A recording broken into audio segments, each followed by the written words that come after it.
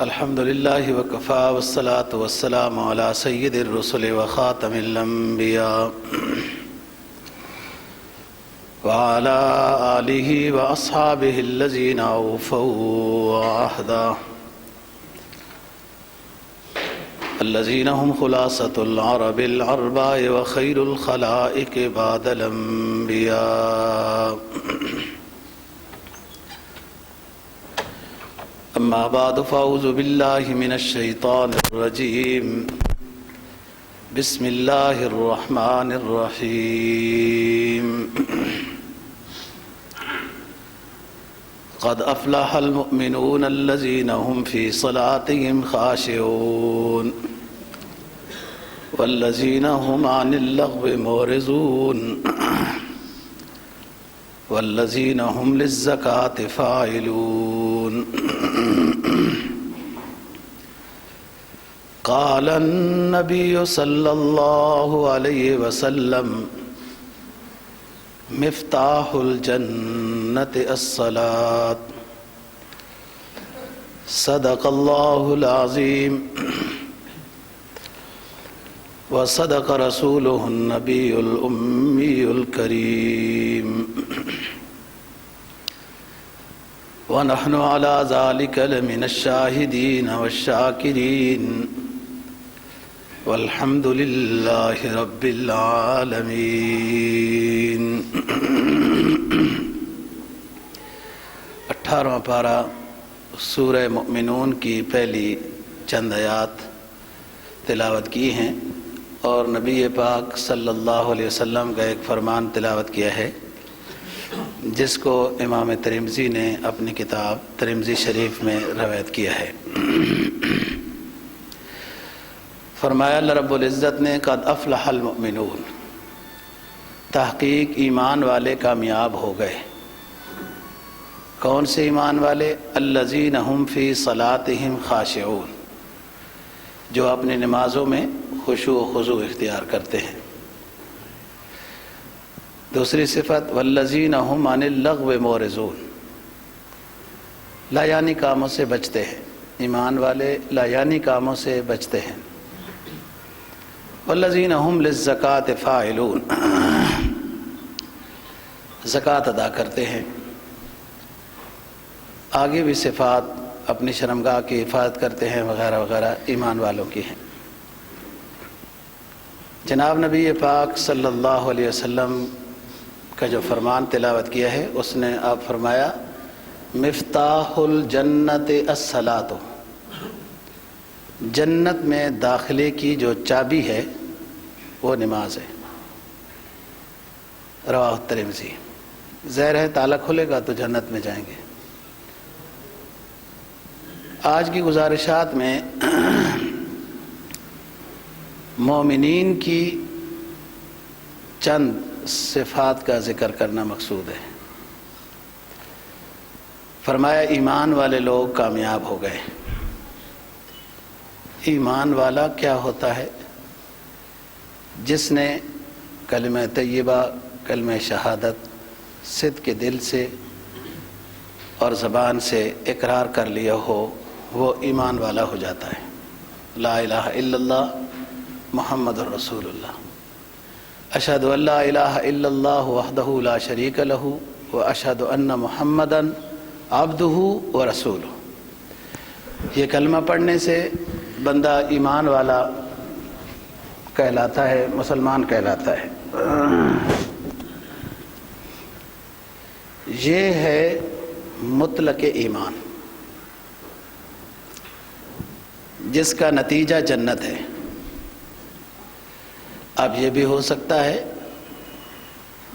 اور ایسا ہوا بھی کہ کسی شخص نے صرف کلمہ پڑھا ہے اور اگر اوپر اس کے جو ارکان اسلام ہیں، فرائض ہیں وغیرہ، ان پر عمل کرنے کی نوبت ہی نہیں آئی، کلمہ اس نے پڑھا ہے، یہ شخص جنت میں جائے گا اور پہلے مرحلے میں جنت میں جائے گا اور اس کا کوئی حساب ہے ہی نہیں۔ نبی پاک صلی اللہ علیہ وسلم کے زمانہ حیات میں بعض غزوات میں ایسے واقعات پیش آئے. ایک شخص نے کلمہ شریف پڑھا ہے. پوچھا حضور اس کے بعد اب اور کیا کام کرنا ہے؟ تو آپ نے فرمایا کہ جہاد ہے، ابھی تو جہاد میں ہم مصروف ہیں. اس نے جہاد کیا، شہید ہو گیا. تو من قال لا الہ الا اللہ دخل الجنہ، شہید بھی جنتی ہے. لیکن ایک شخص کلمہ پڑھتا ہے، اتفاق ایسا ہوا کہ وفات پا گیا. ایک طبی وفات آ گئی، میدان جہاد بھی نہیں تھا، اور آگے اس کو نماز روزے کا بھی کوئی موقع نہیں ملا. تو تب بھی چونکہ کلمہ پڑھ لیا ہے تو اس کا نتیجہ اور اس کا ثمرہ جنت الفردوس ہے. ایک تو یہ من قال لا الہ الا اللہ دخل الجنہ، یہ مطلق ایمان ہے، یہ ضروری ہے. ایمان کے اوپر نہ پھر درجات ہوتے ہیں. ایمان مضبوط ہوتا ہے، پھل آور ہوتا ہے. یثبت اللہ الذین آمنوا بالقول الثابت فی الحیات الدنیا وفی الآخرہ. ایمان کی ثابت قدمی، ایمان کی مضبوطی، یہ اعمال صالحہ کے ساتھ ہے اور گناہوں سے بچنے کے ساتھ متعلق ہے. ایمان کی مضبوطی جس کو ثابت قدمی کہتے ہیں، جس کو قوی ایمان والا کہتے ہیں. امام بخاری رحمہ اللہ تعالیٰ نے تو اس پر باقاعدہ باب قائم کیے ہیں. الایمان یزید و ینقص، ایمان گھٹتا بڑھتا ہے. مطلق ایمان باقی رہتا ہے، لا الہ الا اللہ، اشہد ان لا الہ الا اللہ، یہ ایمان تو باقی رہتا ہے. اس پر جو اوپر درجات ہیں نا، کسی وقت درجے بڑے اونچے ہو جاتے ہیں اور کبھی گناہ ہو جاتا ہے تو درجے کم ہو جاتے ہیں. یہ ہے یزید و ینقص، ایمان گھٹتا بڑھتا رہتا ہے. ہر پودا جب اس کو اس کے مطابق غذا ملتی ہے تو وہ پھل لاور ہوتا ہے، بڑھتا ہے. اب پودے کو پانی چاہیے، ہم اس کو نہ دیں تو وہ کیسے بڑھے گا؟ ایمان کو اعمال صالحہ کا زیور چاہیے تب آراستہ ہوتا ہے. جب ایمان کے بعد اس شخص کو موقع ملتا ہے، زندگی ملتی ہے، لیکن اس نے ایمان کو زیورات نہیں پہنائے، اعمال صالحہ ادا نہیں کیے، تو اس کا ایمان کمزور رہے گا، درجے اونچے نصیب نہیں ہوں گے. ایک تو یہ مطلق ایمان ہے، اس کی بھی بہت فضیلت ہے. اور کلمہ طیبہ کے جو ورد کہا جاتا ہے کہ صبح پڑھیں لا الہ الا اللہ کی تسبیح، شام کو بھی 100 مرتبہ لا الہ الا اللہ کی تسبیح پڑھیں، یہ کیوں ہے؟ امام ترمذی نے تو اس پر بہت باب قائم کیے ہیں. اس کی وجہ یہ ہے کہ ان سے تجدید ایمان نصیب ہوتی ہے. کمی پیشی ہو جاتی ہے نا، تو ذکر لا الہ الا اللہ محمد رسول اللہ سے تجدید ایمان تازہ ہو جاتا ہے. میل آ جاتی ہے، زنگ آ جاتا ہے، اور ہر چیز کی زنگ اتارنے کا کوئی ذریعہ طریقہ، کوئی دوائی ہوتی ہے. ایمان کا زنگ اتارنے کے لیے اللہ کا ذکر ہے، اور ذکر میں سب سے اونچا ذکر لا الہ الا اللہ محمد رسول اللہ ہے، کیونکہ کلمہ طیبہ ہے، اسی سے ایمان میں بندہ داخل ہوتا ہے اور آگے ترقی کرتا ہے. ایک ایمان کے تکمیل کی باتیں ہیں. ایمان کے درجات اعمال صالحہ سے متعلق رکھتے ہیں. مطلق ایمان لا الہ الا اللہ سے تعلق رکھتا ہے. ایک ہے اکمال ایمان، تکمیل. اس میں وہ باتیں ہیں کہ جیسے آپ نے فرمایا لا یؤمن احدکم حتی اکون احب الیہ من والدہ وولدہ والناس اجمعین. تم میں سے کوئی شخص مکمل ایمان والا اس وقت تک نہیں ہو سکتا جب تک کہ میرے سے اتنی محبت ہو کہ والدین، اپنی نفس، اپنے جان، اپنی اولاد، سب سے زیادہ مجھ سے محبت ہو، اکمال ایمان ہے، تکمیل ایمان ہے۔ اسی کے ساتھ وہ بات داخل ہے کہ کامل ایمان، کامل مسلمان وہ ہے کہ جس کا پڑوسی اس کی تکلیف سے بچا ہو، یہ تکمیل ایمان ہے، وہ مطلق ایمان ہے۔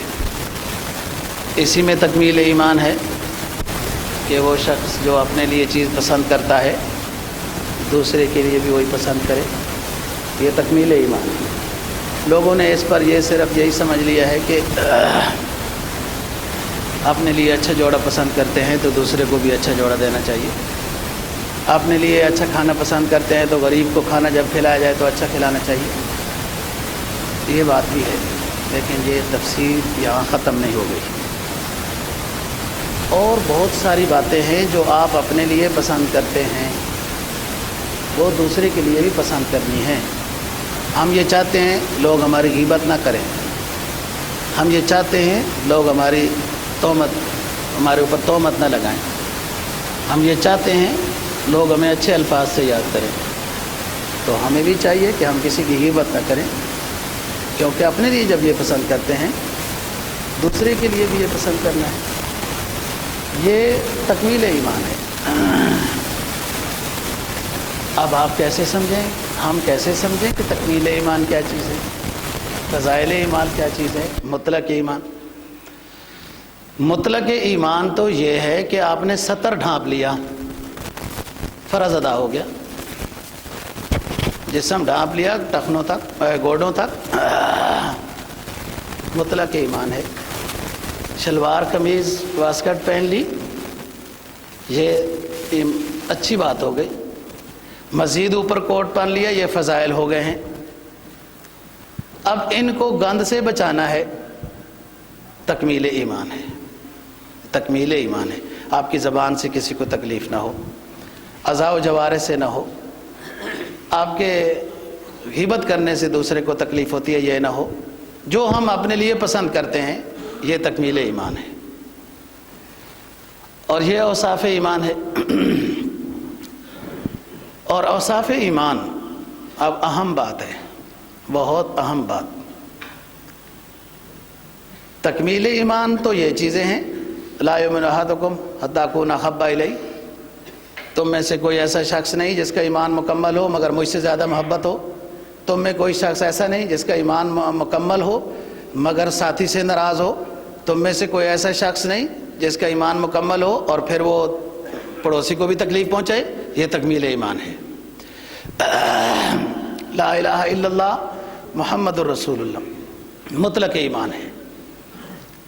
اب درجات ایمان، اوصاف ایمان وہ حاصل کرنا ضروری ہیں، اور وہ کیسے حاصل ہوتے ہیں؟ سب سے پہلی چیز یہ ہے کہ ایمان والا نماز کا پابند ہو جائے، یہ فضیلت ایمان پہلی ہے، درجہ ایمان پہلا ہے۔ اگر درجہ ایمان نصیب نہیں ہے، مطلق ایمان ہے، درجات ایمان نصیب نہیں ہے، تو اس شخص کا حساب مشکل ہوگا۔ اور درجات ایمان نصیب کیسے ہوتے ہیں؟ سب سے پہلی چیز ہے نماز کی پابندی،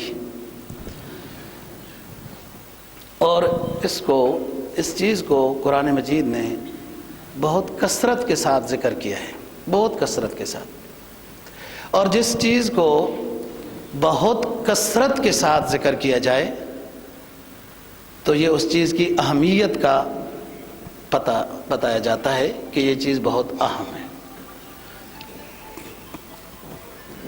یاد رکھیں، ایمان والے سے نماز نہیں چھوٹتی،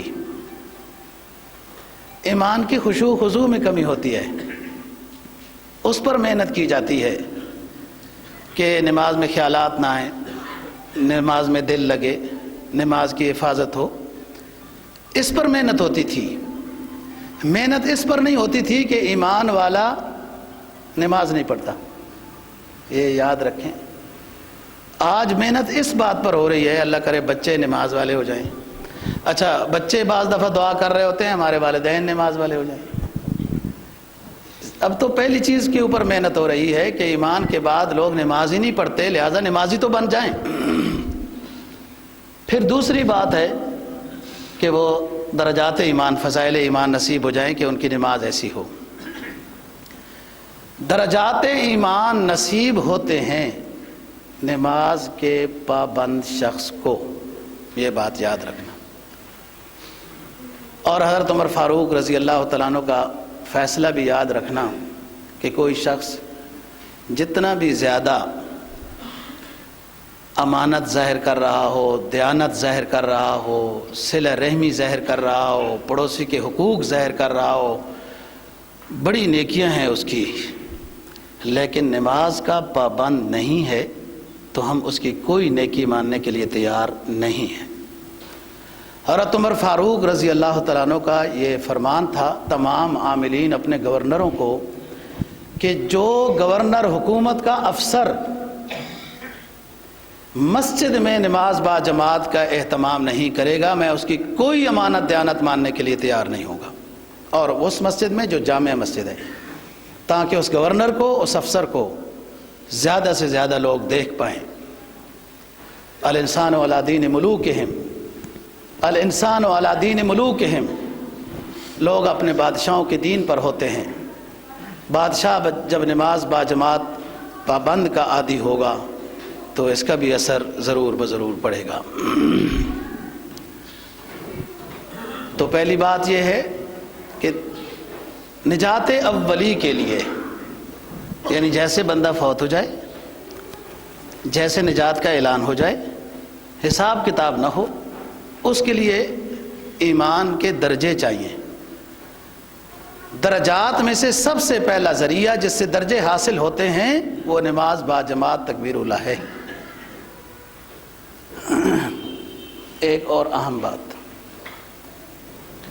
اسلام ایمان کے بعد دو حقوق کا درس دیتا ہے، حق العباد، حق اللہ، حقوق العباد اور حقوق اللہ۔ ایمان کوئی شخص لایا، اس کے ذمہ دو طرح کے حق لازم ہو جاتے ہیں، ایک اسلام کا حق، اللہ کا حق، اللہ رسول کا حق، اور ایک حقوق العباد، بندوں کا حق۔ اس میں بہت سارے داخل ہیں، اولاد بھی، بیوی بھی، والدین بھی، وغیرہ وغیرہ، رشتہ دار، حکومت، سب داخل ہیں۔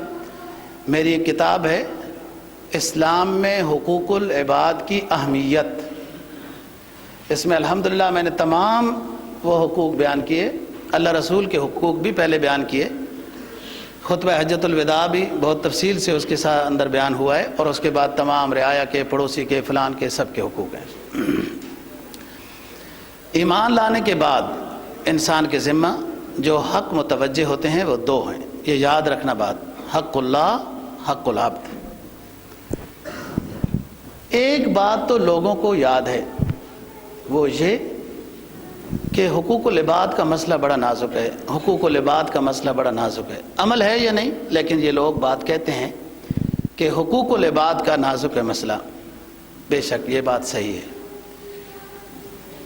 حق اللہ میں کمی رہ جائے، اگر حج کیا، عمرہ کیا، صدقہ کیا، یا اللہ اپنے فضل سے معاف کر دے، لا یسأل عما یفعل وہم یسألون، لا یسأل عما یفعل، اللہ سے نہیں پوچھا جا سکتا کہ آپ کیا کرتے ہیں، کیا کر رہے ہیں، اس کو معاف کیا، اس کو نہیں کیا، اللہ سے نہیں پوچھا جا سکتا۔ لا یسأل عما یفعل وہم یسألون، لوگوں سے پوچھا جائے گا۔ اور حق العبد، حقوق العباد جس کو کہتے ہیں، یہ اس لیے نازک ہے کہ اس میں دو بندوں کے دو طرح کے حق اس کے اوپر آ گئے ہیں۔ اللہ نے فرمایا کسی کو تکلیف نہ دو، اس نے تکلیف دی، اس بندے کا حق ضائع کیا، اور اللہ کے حکم کو بھی ضائع کیا، دو حق متوجہ ہو گئے اس کے ذمہ، اس لیے یہ نازک معاملہ ہے۔ کسی کے 100 روپے کھا گیا اور اب لگا ہے جناب نفلوں میں، استغفار میں، تو یہ توبہ ایسے نہیں ہوگی۔ اس کو 100 روپے دیں، اس کے وارثوں کو دیں، کوئی نہیں مل رہا اس کے نام پہ صدقہ کر دیں، پھر اس کے بعد اللہ کے در پہ آ کے جھکیں، پھر معافی ہوگی۔ تو حق العبد میں دو مسئلے ہیں، ایک تو اس بندے کا حق ضائع ہو گیا، اور ایک اللہ کے حکم، اللہ رسول کے حکم کو توڑا ہے، دو حق اس کے ذمہ لازم ہوئی ہے، لہذا پہلے اس بندے سے معافی کرائے، پھر اس کے بعد 2 نفل پڑھے، اللہ سے معافی مانگے۔ اس لیے یہ نازک مسئلہ ہے کہ کسی بندے کا حق ضائع کیا ہے، اب یہ توبہ میں لگا ہوا ہے اور بندہ نہیں مل رہا، تو اس کا کیا حل ہے؟ دیکھو، اسلام اس مذہب کا نام ہے، اس پیارے مذہب کا نام ہے کہ جس کے پاس ہر مسئلے کا حل ہے، اس میں مایوسی نہیں ہے۔ ایک بندے کا آپ نے حق دینا ہے، یا غیبت کی تھی، غیبت تو ہو ہی جاتی ہے، کوئی پیسے دینے تھے، بعض دفعہ غلطی ہوتی ہے، ایک بندہ آتا ہے، اس نے 1000 روپے کی چیز لی، 5000 کا نوٹ دیا، ہم نے سمجھا اس نے 1000 ہی دیا ہے، اس نے بھی نہیں سمجھا، پیسے ادھر ہی رہ گئے، 4000 رہ گئے۔ اب وہ بندہ ڈھونڈ رہے ہیں کیا کریں، کئی ایسے مسائل ہیں، یا جان بوجھ کر کسی کا حق ضائع کیا تھا، اب خیال آ گیا، اب فکر لائق ہو گئی کہ میں کیا کروں، توبہ ہے، اور وہ بندہ نہیں مل رہا۔ شریعت اس کا حل بتاتی ہے کہ آپ اس بندے کے لیے دعائے مغفرت کرتے رہیں۔ اگر پیسوں کا مسئلہ ہے تو اس کے وارثوں تک پہنچائیں، نہیں پہنچتے اس کے نام پہ صدقہ کر دیں۔ آپ صدقے کے قابل نہیں ہیں، غریب آدمی ہیں، تو اس کے لیے دعائے مغفرت کرتے رہیں۔ اس کا جو آپ کے ذمہ حق ہے، آپ کی دعاؤں کی برکت سے اللہ اس کو ادا کرا دے گا۔ یہ حق العبد کی بات ہے اور نازک بات ہے۔ حق اللہ، ایمان لانا، اور اس کے بعد جو احکام ہمارے ذمہ متوجہ ہوتے ہیں، ارکان اسلام، نماز، روزہ، حج، زکوٰۃ، دیگر احکام جو اللہ کے براہ راست حکم ہے، وہ صرف اللہ کا حق ہے، اللہ رسول کا حق ہے، اس میں بھی کمی نہیں ہونی چاہیے۔ یہ مطلب نہیں ہے کہ حق العبد نازک ہے تو اس کا خیال رکھنا ہے، تو حق اللہ، حق اللہ کا ہے اور اللہ بڑا مہربان غفور الرحیم ہے تو چلو خیر ہے، یہ نہیں، ایسے نہیں۔ اس میں صرف یہ بات ہے کہ آپ کا معاملہ اور اللہ کا معاملہ ہے، اس لیے معاملے کو حل کرنا آسان ہے۔ اس آسانی کا یہ مطلب نہیں ہے کہ آپ نماز نہ پڑھیں، حج فرض ہے نہ کریں، زکوٰۃ فرض ہے نہ دیں، فلان نہ کریں کیونکہ اللہ غفور الرحیم ہے، یہ مطلب نہیں ہے اس کا۔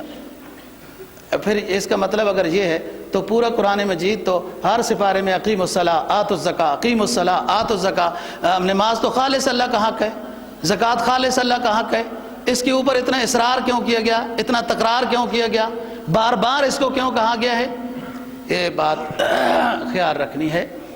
بعض لوگ حقوق العباد میں کچھ خیال کر رہے ہوتے ہیں اور حق اللہ کو ضائع کر رہے ہوتے ہیں کہ اللہ بادشاہ ہے، اللہ غفور الرحیم ہے۔ یہ کوالٹی نہیں ہونی چاہیے۔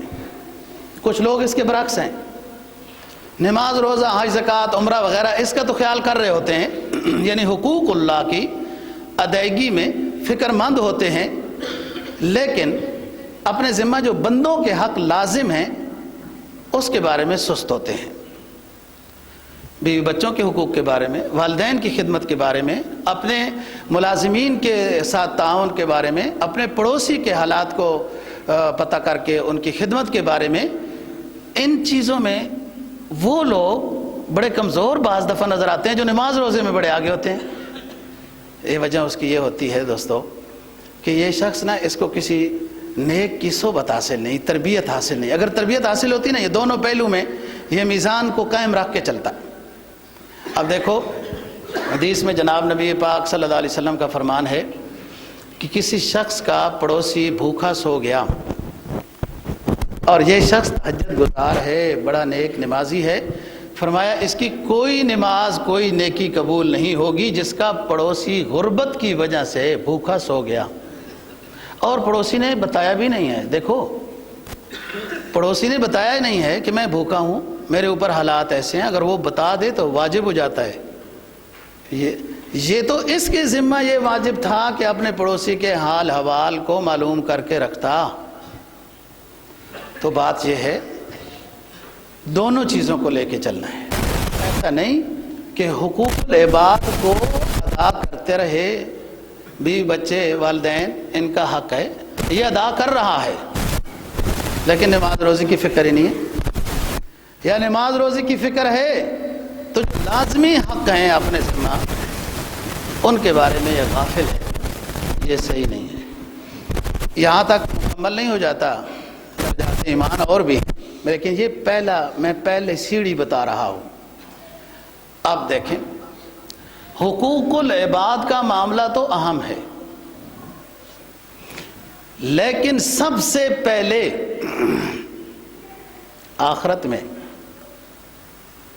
میدان حشر میں اعمال کا جب حساب ہوگا تو نماز کا پہلے ہوگا، یعنی حق اللہ اور حق العبد دونوں نازک ہیں، دونوں کو ادا کرنا ہے، کمی کوتاہی پر استغفار ہے، لیکن اعمال میں جس کے بارے میں پہلے پوچھ ہوگی وہ نماز ہے، صاف حدیث ہے۔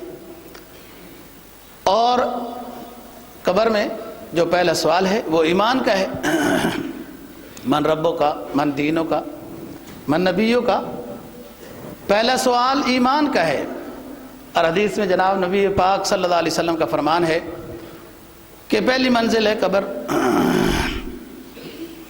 جس کا سوال و جواب یہاں صحیح ہو گیا آگے بھی امید ہے صحیح ہو جائے گا۔ اور ایک حدیث میں یہ آتا ہے کہ مومن سے جب اٹھایا جائے گا سوال و جواب ہوگا، فرمایا اسی وقت فرشتے آ جاتے ہیں، ابھی گھر والے دفن کر کے جا رہے ہوتے ہیں اور اس کو اٹھا لیا جاتا ہے اور سوال و جواب شروع ہو جاتا ہے۔ اور حدیث میں یہ بھی آتا ہے کہ اس مردے کو جب دوبارہ روح اس کے پاس واپس لائی جاتی ہے اور اس کو اٹھایا جاتا ہے تو یہ اپنے رشتہ داروں کے واپس جانے کے پاؤں کی آہٹ کو سن رہا ہوتا ہے۔ بعض باتیں بعض دفعہ مردوں کو اللہ کی طرف سے سنا دی جاتی ہیں، یہ ایک الگ بات ہے۔ ہم دیکھو نا قبرستان میں جاتے ہیں، السلام علیکم یا اہل القبور انتم لنا سلف ونحن بالاثر، السلام علیکم اے قبر والو جو آرام کر رہے ہو۔ بس فرق علیکم تو آپ کو کہا جاتا ہے نا، مخاطب کو کہا جاتا ہے نا، السلام علیکم میں آپ کو کہہ رہا ہوں، آپ سامنے ہیں نا، تو یہ حدیث ہے السلام علیکم، یہ قبر والے مردوں کو کہا جا رہا ہے۔ بس یہ بات ہے، تم ہم سے پہلے پہنچ گئے، ہم بعد میں آنے والے ہیں، یہ منزل ہے، ادھر ہم بھی آ رہے ہیں، السلام علیکم کا۔ اب بعض احادیث میں ایسا آتا ہے کہ یہ باتیں مردے سنتے ہیں، بعض احادیث میں ہے کہ نہیں سنتے، تو معلوم یہ ہوا کہ کچھ باتیں من جانب اللہ کی طرف سے مردوں کو سنا دی جاتی ہیں، جیسے السلام علیکم کی بات ہے، یا وہ حدیث ہے جو اٹھا دیا جاتا ہے اور من ربوں کا، من دینوں کا، من نبیوں کا سوال کیا جاتا ہے۔ حدیث میں آتا ہے جو دنیا جس نے ایمان و عمل کے ساتھ گزاری ہوگی اس کے لیے ان سوالوں کا جواب دینا کوئی مشکل نہیں ہوگا۔ بندہ سمجھے نا، یہ تو بڑے آسان سوال ہیں کہ وہ کہتے ہیں من ربوں کا تو میں کہیں گا ربی اللہ، وہ کہے گا من نبیوں کا تو نبی محمد رسول اللہ صلی اللہ علیہ وسلم، من دینوں کا دین الاسلام، یہ تو آسان ہے۔ یہ آسان نہیں ہے، وہ کوئی اور عالم ہے جس عالم کا الدنیا مزرعۃ الآخرہ، دنیا کی کھیتی ادھر کاٹنی ہے، یہ زندگی اچھی ہوگی تو وہاں سوال و جواب درست دیا جائے گا، صلاحیت عطا کر دی جائے گی۔ ایک حدیث میں یہ آتا ہے کہ ایک شخص کی تشبیہ لائی جائے گی، قبر میں ایک شخص کی تشبیہ لائی جائے گی، تصویر لائی جائے گی، تو اس ایمان والے سے جب یہ 2-3 سوال کیے جائیں گے تو اس کے بعد یہ کہا جائے گا هذا الرجل، یہ جو شخص نظر آ رہا ہے ان کو آپ جانتے ہیں کون ہے؟ بڑا ایک خوبصورت شخص ہوگا۔ تو جو ایمان والا شخص ہے وہ یہ کہے گا جی ہاں میں جانتا ہوں، نبی جی محمد الرسول اللہ، یہ میرا پیغمبر ہے۔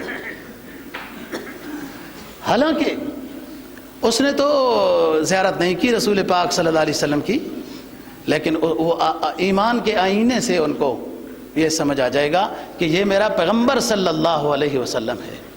یہ بات بھی ہے۔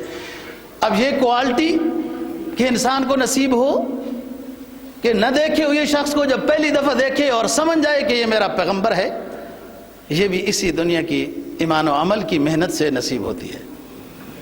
یہ سب سے پہلے سوالات ایمان کے ہیں۔ اچھا، پھر جو ہے سوال آگے جو بڑا حساب و کتاب ہے جس پر میزان قائم ہوتا ہے، فرمایا وَنَزَعُ الْمَوَازِينَ الْقِسْطَ لِيَوْمِ الْقِيَامَةِ، ہم میدان حشر میں میزان عدل قائم کریں گے. مَن يَعْمَلْ مِثْقَالَ ذَرَّةٍ خَيْرًا يَرَهُ، جس نے دنیا کے نشیب و فراز میں، حساب و گل میں، دنیا کے جھمیلوں میں جس نے ذرہ برابر بھی نیکی کی ہے، ہم اس کو میزان عدل پہ حاضر کر دیں گے. وَمَن يَعْمَلْ مِثْقَالَ ذَرَّةٍ خَيْرًا يَرَهُ وَمَن يَعْمَلْ مِثْقَالَ ذَرَّةٍ شَرًّا يَرَهُ. اس کا عدل تو یہ ہے کہ ذرہ برابر بھی نیکی کی ہے میزان عدل پہ حاضر کرے گا. اس کی صفت عدل کا تقاضا یہ ہے کہ ذرہ برابر بھی گناہ کیا ہے تو وہ بھی حاضر کرے گا. یہ انسان جب اپنے اعمال کو دیکھے گا یہ کہنے لگے گا لا یغادر صغیرۃ ولا کبیرۃ الا احصاها، یہ کیسی کتاب لے کر آئے ہو، یہ کیسا صحیفہ لے کر آئے ہو جس نے میری زندگی کی ہسٹری کی ایک بھی بات نہیں چھپائی. لا یغادر صغیرۃ ولا کبیرۃ الا احصاها ووجدوا ما عملوا حاضرا. جو بھی اس مومن نے کیا ہے حاضر پائے گا، انکار نہیں کر سکے گا. تو سب سے پہلے میزان عدل جب قائم کیا جائے گا، علامہ شیرازی کہتے ہیں روز معاشر کے جاں گداز بود، روز معاشر کے جاں گداز بود، اولی پرسشے کی نماز بود. سب سے پہلے اللہ اپنا میزان عدل قائم کرے گا، لایا جائے گا. دنیا یہ نہ سوچے کہ اربوں میں ہے، کھربوں میں انسانیت ہے، اربوں کھربوں میں جنات ہیں، حساب کرتے کرتے بھی بڑا ٹائم لگے گا. قرآن کہتا ہے یحاسب یسیرا، یہ اتنا آسان ہوگا، حساب اتنا جلدی ہوگا پتہ بھی نہیں چلے گا. سب سے پہلے میزان عدل پر نماز کو لایا جائے گا. دوستو جب نماز میں یہ شخص کامیاب ہوا تب دیگر حسابات شروع ہوں گے. میں دعوت فکر دیتا ہوں ان اذہان غافلہ کو، اس سوئے ہوئے دلوں کو جگانا چاہتا ہوں کہ جو صرف حقوق العباد میں لگے ہوئے ہیں، حق اللہ کو چھوڑ رہے ہیں. سب سے پہلے حساب تو حق اللہ کا ہونا ہے، پھر بعد میں نمبر آئے گا. اور ایک بات یاد رکھو دوستو، جب انسان نماز کا صحیح خیال کرنے والا ہوتا ہے سب چیزیں درست ہو جاتی ہیں. میں بہت ساری چیزیں آپ کو نام لے کر نہیں بتا سکتا، ویسے بتا سکتا ہوں. بعض لوگوں میں یہ خوبی دیکھتا ہوں کہ نماز باجماعت کے بڑے پابند ہوتے ہیں، لیکن ان میں مجھے کچھ گناہ بھی نظر آتے ہیں. میں پھر دونوں چیزوں کو سوچتا رہتا ہوں کہ یہ نماز باجماعت کے بھی بہت پابند ہیں، تکبیر اولیٰ کے ہیں. اور قرآن کہتا ہے ان الصلاۃ تنہا عن الفحشاء والمنکر، نماز ایسی چیز ہے کہ چھوٹے اور بڑے گناہوں سے روک دیتی ہے. تو یہ کیا بات ہے، نماز گناہوں سے روکتی ہے، نماز باجماعت تکبیر اولیٰ کے یہ پابند ہیں اور ان میں یہ گناہ ہیں. اب بات تو انہیں بھی پتہ ہے کہ یہ گناہ ہیں، پتہ ہوتی ہے. الانسان علی نفسہ بصیرہ، الانسان علی نفسہ بصیرہ ولو القی معاذیرہ. انسان جتنا اپنے آپ کو جانتا ہے نا، اتنا اور کسی کو نہیں جانتا. پھر انسان سے زیادہ انسان کو جاننے والا اس کا رب ہے. اللہ ہے جو انسان سے بھی زیادہ انسان کو جانتا ہے. لیکن الحمدللہ میری یہ کشمکش کہ قرآن کہتا ہے کہ نماز گناہوں سے روک دیتی ہے، اور میرے یہ ساتھی نماز کے اتنے پابند ہیں، ان کے یہ گناہ جو مجھے نظر آ رہے ہیں، بہت سارے ہو سکتے ہیں اور بھی ہوں جو نظر نہ آ رہے ہوں، تو کیا بات ہے. اور یہ میری کشمکش ایک دو چلوں کے بعد ختم ہو جاتی ہے. جو مجھے گناہ نظر آ رہے ہوتے ہیں وہ الحمدللہ وہ ان سے دور ہو جاتے ہیں. مجھے سمجھ آ جاتی ہے قرآن کی آیت کہ نماز انسان کے چھوٹے اور بڑے گناہوں کو دور کر دیتی ہے. ان کے لیے دعائیں بھی جاری رہتی ہیں کہ اللہ تعالیٰ ان کو یہ تکمیل عطا فرما.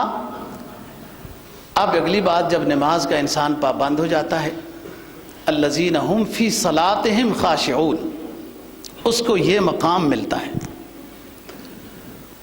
اس کو خشوع و خضوع نصیب ہوتی ہے. خشوع خضوع دو چیزیں،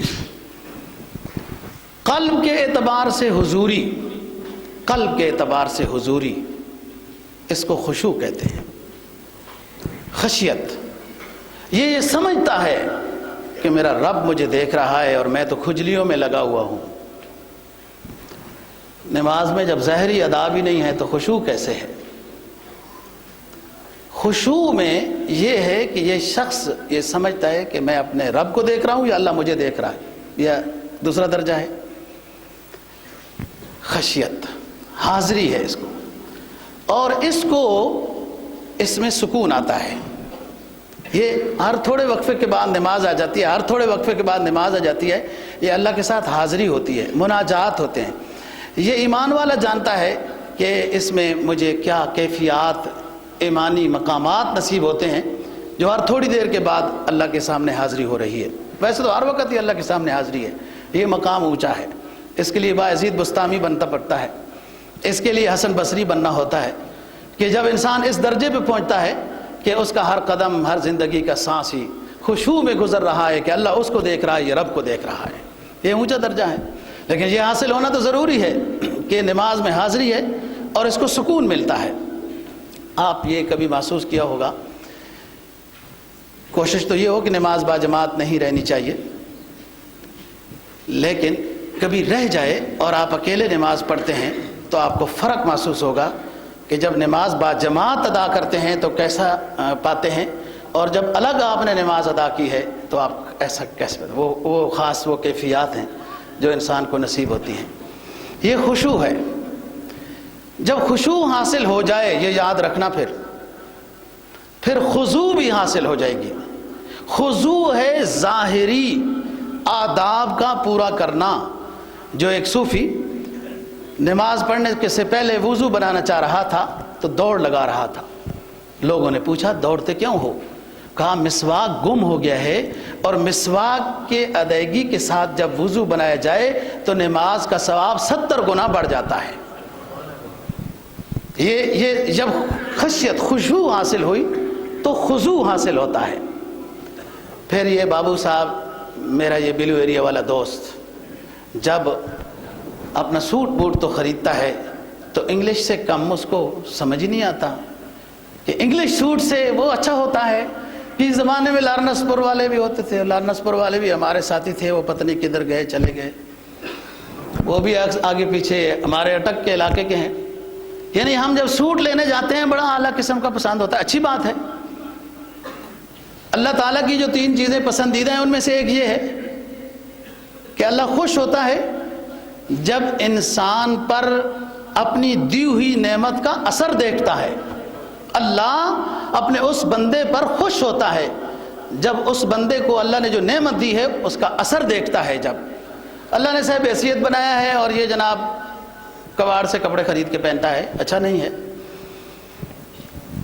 اچھے اچھے سوٹ، اچھے اچھے بوٹ، میں بھی بلیو ایریا میں رہتا ہوں، جانتا ہوں ریٹ تو جانتا ہوں نا چیزوں کا. لیکن اس میرے ایمان والے بھولے بھالے دوست کو ٹوپی خریدنا نصیب نہیں ہوتی، پگڑی خریدنا نصیب نہیں ہوتی، جبکہ 70 گنا حکمتیں سر ڈھانپ کر نماز پڑھنے میں، رہنے میں نصیب ہوتی رہتی ہیں. اور نبی کی سنت ہے، سنت کی برکت الگ ہے. اور کوئی ولایت اپنے مقام کو نہیں پہنچ سکتی جب تک کہ اس کے راستے میں اتباع سنت، اتباع رسول صلی اللہ علیہ وسلم نہ ہو۔ اس بات کا خیال رکھو دوستو۔ ٹوپی جیب میں رکھ لیے کرو، شرم نہیں آتی جب اس راستے سے آگے جاؤ گے تو پھر شرم نہیں آتی ہے، شرم شروع میں آتی ہے۔ اسلام کی بات پر عمل کرنے میں بہت اجر و ثواب ہے۔ اللہ دین کی سمجھ اور عمل کی توفیق نصیب فرمائے۔ وآخر دعوانا الحمدللہ۔